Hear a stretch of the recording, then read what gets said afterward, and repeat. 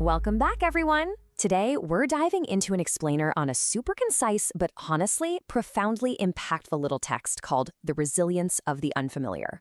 Now, it might be short, but trust me, it holds a massive mirror up to something we all deal with, or, let's be real, try to avoid every single day. We're talking about how we adapt, how we grow, and exactly how we handle the unexpected curveballs life throws at us. So, right off the bat, how do we actually go about improving our resilience? I mean, we all want it, right? We all know we absolutely need it when things get really tough. But what's the actual practical mechanism for building it up? Well, as we're going to see, the answer to this fundamental question is direct, it's highly actionable, and yeah, maybe just a little bit intimidating at first glance. All right, let's jump right into section 1, the goal of resilience, defining our target. You see, resilience isn't just some static characteristic. It's not something you're simply born with or without, like having blue eyes or something. The source text actually positions it as a highly desirable state. It's a trait that can be actively, purposefully cultivated by anyone. This is our ultimate target, the whole goal we're striving to achieve here. But, as we're about to find out, the path to actually get there, it's very, very specific. Which brings us to section 2, the strategy of discomfort, a slightly counterintuitive path. Let's talk about discomfort for a second. We all know that feeling, right? It's that mental friction we experience when things just aren't easy. Our natural instinct is almost always to run the other way, to just, stay tucked under a warm, cozy blanket, metaphorically speaking, of course, or literally speaking, if it's a Monday morning. But here's the kicker. The source material doesn't tell us to run. Instead, it flips the script.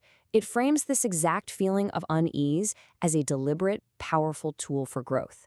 If we want to get stronger, if we want to hit that goal of pure resilience, we absolutely must intentionally interact with the very situations that make us uncomfortable. In fact, the text puts it incredibly directly. It says, one of the strategies for improving your resilience is to begin facing uncomfortable or unfamiliar situations. Just let that sink in for a moment. It completely reframes discomfort. It's no longer just some unfortunate byproduct of a bad day. It's an active strategy. Basically, if you want the result, you've got to apply the method. And the method? Well, it's actively facing the exact stuff you naturally much rather avoid. So we're looking at a crystal clear cause and effect relationship here.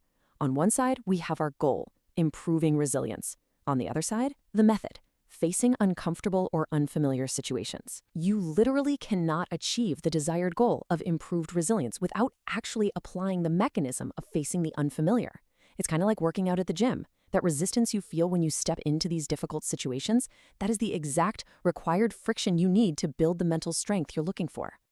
Now let's move into section 3, facing the unfamiliar. We're heading into the unknown here. You might have noticed a second word slipped into that strategy alongside discomfort, the unfamiliar. This is essentially a parallel path. Think about it. A situation doesn't necessarily have to be painful or agonizing to be a tool for growth. It really just has to be unknown. By purposely stepping outside of our comfortable little daily routines and exposing ourselves to new environments or completely new challenges, we're actually engaging the exact same growth strategy. So, if you take nothing else away from our time together today, here is the core directive you need to embed in your memory. Face uncomfortable situations. It's not a suggestion, it's a command from the text.